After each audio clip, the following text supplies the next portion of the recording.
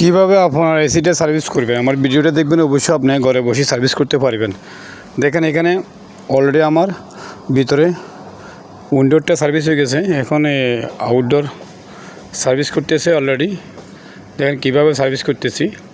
একটা মোটর লাগবে, প্রেশার মোটরতে আপনার কানেকশন দিই, এর ভিতরে আপনার পানির লাইন দিই, এইভাবে সুন্দরভাবে নিজেরটা নিজে সার্ভিস করতে পারবেন।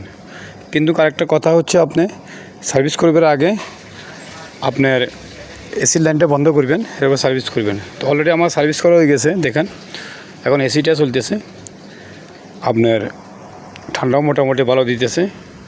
এইভাবে সবাই যদি নিজে আমার ভিডিওটা দেখেন, অবশ্যই সার্ভিস করতে পারবেন।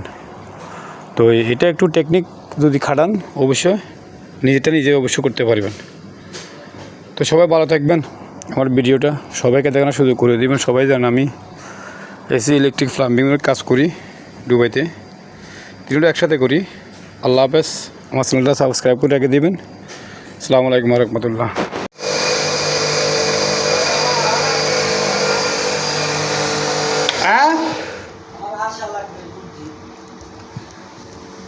কিন্তু বন্ধ করে দিয়েছি, আমি আসতেছি।